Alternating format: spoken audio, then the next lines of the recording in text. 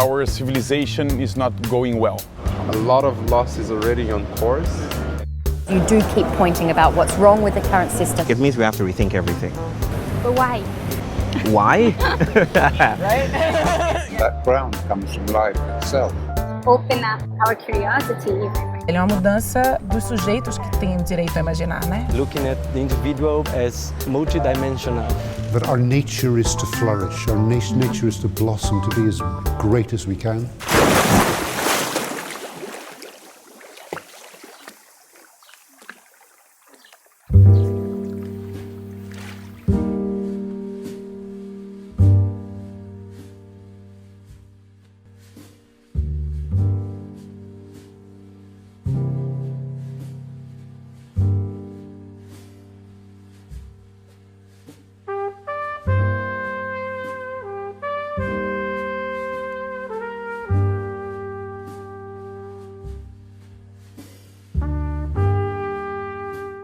Meu nome é Clarissa, eu trabalho com arte aqui no Brasil, basicamente. E trabalho, quando a gente fala arte, é uma coisa bem genérica, né? Assim, um pouco de muita coisa cabe dentro dessa palavra. Então, para ser mais honesta, eu trabalho mais com arte contemporânea, isso que a gente chama de contemporânea, essa produção atual, basicamente de artistas que fazem coisas que eles nomeiam de arte, que entra no mundo da arte. E que é uma forma de expressão, enfim, uma forma de inteligência também, de criação, que tenta trazer à tona um pouco das urgências, um pouco, enfim, das coisas que nos atravessam enquanto, né, seres que compartilhamos esse mundo agora, assim.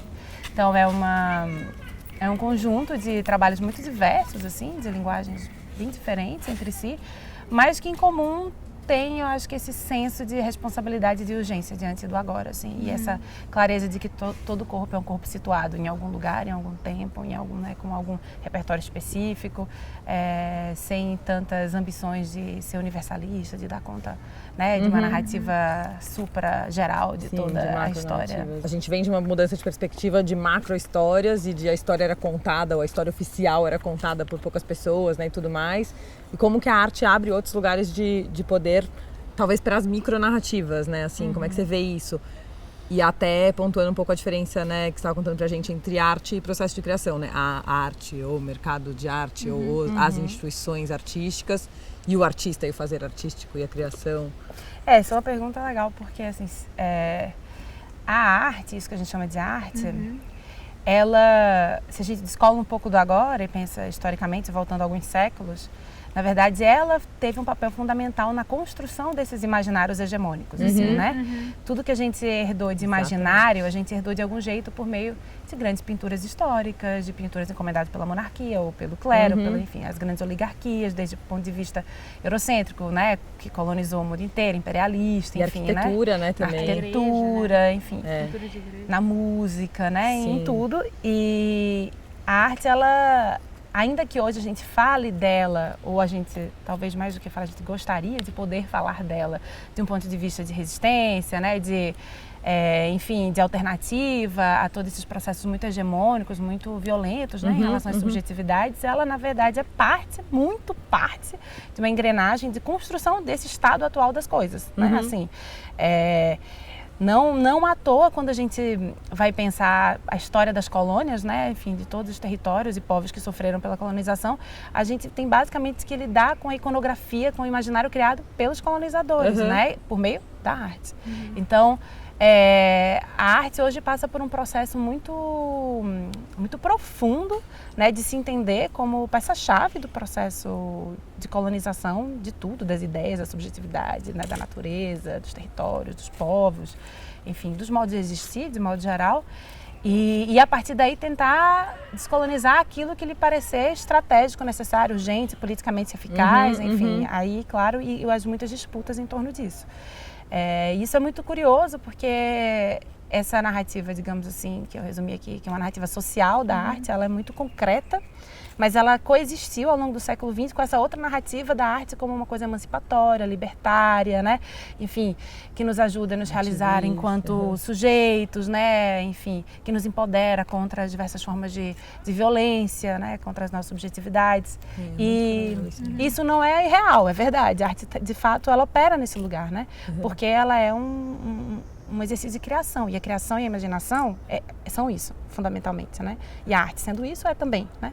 Mas, obviamente, a arte não é uma das únicas formas de criação que existe, da vida, né? Assim, ninguém precisa ser artista ou ir a museus ou ver arte para poder criar, ser criador, né? Falando disso, né? Exato. Então, acho que quando a gente fala de arte é sempre bom ter em mente esses dois discursos, assim, um que de fato isso que a gente chama de arte, a ideia mesma de arte, ela é uma convenção super tradicional, super hegemônica, inventada na Europa, assim. É uma caixa, né? Uma fechada, caixa. Ela é tão fechada quanto a ideia de ciência, né? Ou quanto a ideia de, sei lá, política, né? Assim, a gente fala, política, eu não gosto de política, tá? Mas você tá falando da política partidária lá do Congresso, todo mundo faz política na sua vida, né? É como a arte também, né?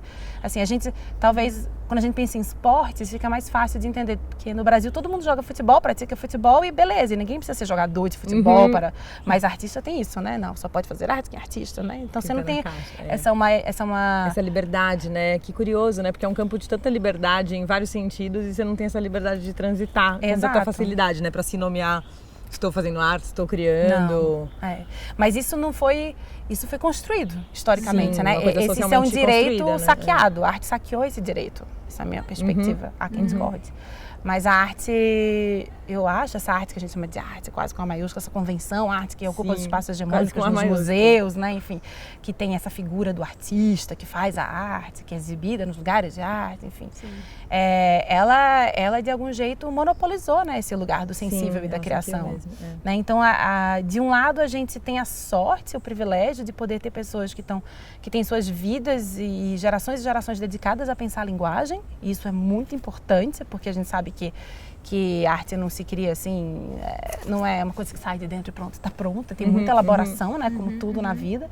Então, que bom que isso existe, mas ao mesmo tempo, digamos, o efeito é um espaço e uma tradição e um entendimento de elaboração, né, em torno da expressão, da linguagem, mas o efeito colateral disso ao longo do século XX foi transformar isso num território de hegemonia, né, como se fosse esse inconsciente coletivo que a gente fala, praticamente visto, né, assim, tudo que a gente pensa, todos os imaginários colocados ali, então ele reflete o que a gente está tendo como sociedade. Tipo, os sistemas e as crises dos sistemas, né? Ela é mais uma das coisas que foi, de fato, instrumentalizada, né? Também, eu acho que com essa evolução sistêmica compartimentada, né? Total. E, na verdade, colaborou para a construção desse imaginário, colaborou, né? com certeza. Diretamente. Quando a gente fala arte, assim, não existe essa... Como eu acho que não existe nada na vida, assim, eu acho que não existe nenhuma instância essencialista para nada, não existe arte, assim, uma forma informe que anda por aí, assim, a arte, né? Existem pessoas, artistas, curadores de instituições, colecionadores, interações, momentos históricos, contextos, políticos, etc. Então, quando você sai, assim, para de falar em arte e pensa, arte de quando? De quem? Como? E começa a fazer as perguntas. Que é a coisa de relacionar o sujeito, né? Do significado que a gente estava falando ontem, né? De tudo que está por trás, né? Que são sempre muitos significados por trás daquilo, não é aquilo solto. Sim, é contextualizado e num corpo, né? Como você falou no começo aí também, você vai percebendo que, digamos assim, essa linhagem histórica, essa ancestralidade, essa ideia bem convencional e hegemônica de arte, são pessoas artífices, pintores, pessoas que tinham, digamos, qualidades técnicas, virtuosismos com a pintura, com gesso, com mármore, muita oportunidade de estudo, e prática e dedicação, mas que estavam historicamente a serviço da oligarquia, do clero ou da monarquia, de modo geral, né? E que depois continuam a serviço em processos imperialistas, assim, né? Então, que viajam pelo mundo sim, mas muitas vezes viajam para representar de maneira exótica ou de maneira politicamente questionável, sei lá, o Brasil tropical e seus escravos, enfim, e assim. E aí depois a gente tem uma mudança no mundo, né, da Europa para os Estados Unidos, você tem uma grande transformação, né, política, econômica no planeta ao longo do século XX, que cria mais uma camada dentro dessa digamos assim, dessa formação social histórica da arte, que, claro, é muito mais aberta toda a modernidade, tanto na Europa quanto nos Estados Unidos, essa ideia do profissional liberal, né, que está em todas as profissões e também na arte. Então, esse artista que não necessariamente ele foi, ou a família dele foi, né, funcionária, sei lá, digamos, ou contratada pelo clero, mas o que ele faz hoje enquanto arte é devedor daquela construção histórica social, de arte social, né?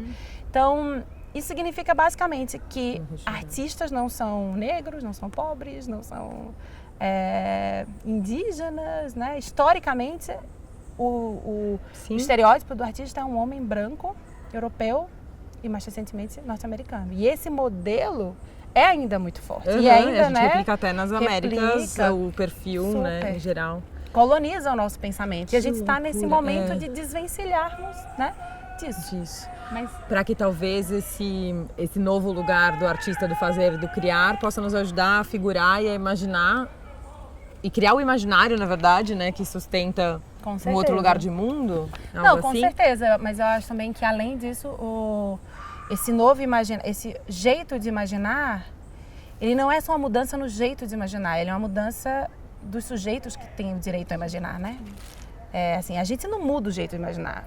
Os sujeitos mudam, né? O tempo histórico muda. Mas aí eu acho que é quando também esse imaginário influencia nesse sujeito, né? Porque ao mesmo tempo que você constrói um novo imaginário, você consegue não, mas outras pessoas, outros sujeitos já vão estar inseridos, né, nesse imaginário coletivo outro. Com certeza, mas o ponto é que já existem muitos outros imaginários, né? Só que a gente quando fala nesse imaginário, a gente obviamente tem em vista esse hegemônico, né? Esse mainstream e tal, das coisas, do estado vigente das coisas, que é ainda um eco, uma réplica, um espelho desse imaginário branco, europeu, hétero, enfim, né? Então, esses outros imaginários todos, eles existem. E o Brasil é um ótimo lugar pra gente ver isso, né? Basta a gente... Assim, o Brasil, se a gente quiser ser bem rasteiro, a gente pode falar na matriz, digamos assim, indígena e negra. E aí, só nisso, a gente tem milhares de modos de produção cultural e de imaginários, né? Então, eles estão aí. E se esses sujeitos tiverem o direito a imaginar e o direito a ocupar lugares sociais em que a imaginação deles se torna pública, esse outro imaginário já vai acontecer. Exatamente. Que já está aí, né? Exato. Então, nesse sentido, é óbvio que a gente precisa de uma transformação nos modos de imaginação hegemônicos, mas a gente precisa de uma transformação social, política, capaz de abrir espaço real, físico, emprego, né? Tipo, espaço, visibilidade, para que esses imaginários que existem, que sempre existiram, possam... muitas vezes deixar até de ser criminalizados, porque até outro dia, de vez em quando ainda são criminalizados. Claro, partindo do mesmo tipo de pensamento que a gente faz as coisas muitas vezes com boas intenções no mundo, né, de transformação e tal, esse jargão de assim, não, então vamos construir pontes, né, e aí se a gente ou pessoas dentro dessa caixa de arte, né, formados com isso, construindo a ponte ela já é uma seleção, né? Sem dúvida. Então, assim, como é que a gente constrói alguma coisa que não é ponte? Eu fico até pensando em outra metáfora, sabe? Buraco. Buraco, né? Arromba a parede. É tipo arromba a parede, isso, porque tem que deixar o que for entrar, né? Exato. Não é para o que cabe aqui, nessa passagem. Não é o que eu jeito nenhum. Não é. E isso passa, assim, no campo da arte, passa também por desconstruir ideias de linguagem que estão muito assentadas na arte, assim, sabe, assim, o modo como a gente imagina a arte, tem vários paradigmas para a arte que são paradigmas, obviamente, assim, devedores dessa história, né, eurocêntrica e tal. Então, assim, sei lá, questões que pra gente são, tipo, muito básicas da arte, uma coisa bem, assim, muito simples, tipo a relação entre figuração e abstração, uma coisa assim. São questões que são norteadoras de toda a experiência da arte do século XX, continuam sendo fundamentais, mas que simplesmente podem ser inócuas, não ter nenhum tipo de validade, de interesse, não despertar nenhum tesão para outros modos, outros paradigmas de produção de criação. Então, passa também por uma abertura aí sim cognitiva, né, cultural, de estar interessado e de estar disponível a abdicar dessas grandes narrativas, que no fundo é abdicar poder, né? É dizer, não, então talvez tudo isso que eu me imbuí tanto tempo em construir, e mobilizei tanto dinheiro, tantos trilhões de dólares, né? E ocupei tantas casas de milionários e tantos museus, sei lá, talvez nesse momento a gente possa deixar isso de lado e outros valores venham a interessar. Ocupar sempre. Mas eu tenho pouca ilusão de que quem hoje ocupa as hegemonias, né? Mesmo periféricas, tipo essa, tipo o meu lugar de fala, né? Que é um lugar hegemônico ainda extremamente periférico, mas hegemonia dentro da periferia.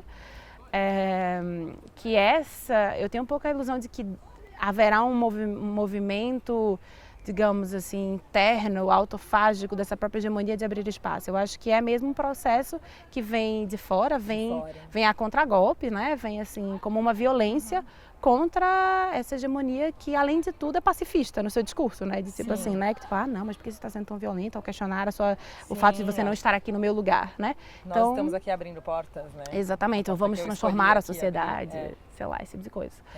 Então eu acho que é um pouco também uma educação da hegemonia para aprender a lidar com a violência. Sim. Que é uma violência que agora vem de outras vozes, de outros lugares, e que não é nada se comparado à violência histórica que esses lugares sociais sofreram, né? Historicamente. Lidar com dor também, que a gente fala muito, né? Lidar com luto e com essas questões. A gente tem também baseado muito na Donna Haraway, essa coisa também de ficar com o problema, e que lugar que é esse onde você não quer solucionar, você não vai construir a ponte, você só tem que ficar e lidar com isso que entra pelo buraco, assim, exatamente. Né? Às então, vezes o silêncio é mais potente, a escuta e o silêncio. Exatamente, do são que, super políticos, né? Do que a verborragia transformadora, cheia de pretensões. Exatamente. Sueli Ronick fala uma coisa que nesse momento da vida, do estágio, digamos assim, da humanidade, se é possível falar assim, a gente tem que sustentar o mal-estar. Ela fala, precisa sustentar o mal-estar, assim, que é um pouco isso que você está falando, né? Não querer solucionar tudo agora. Então,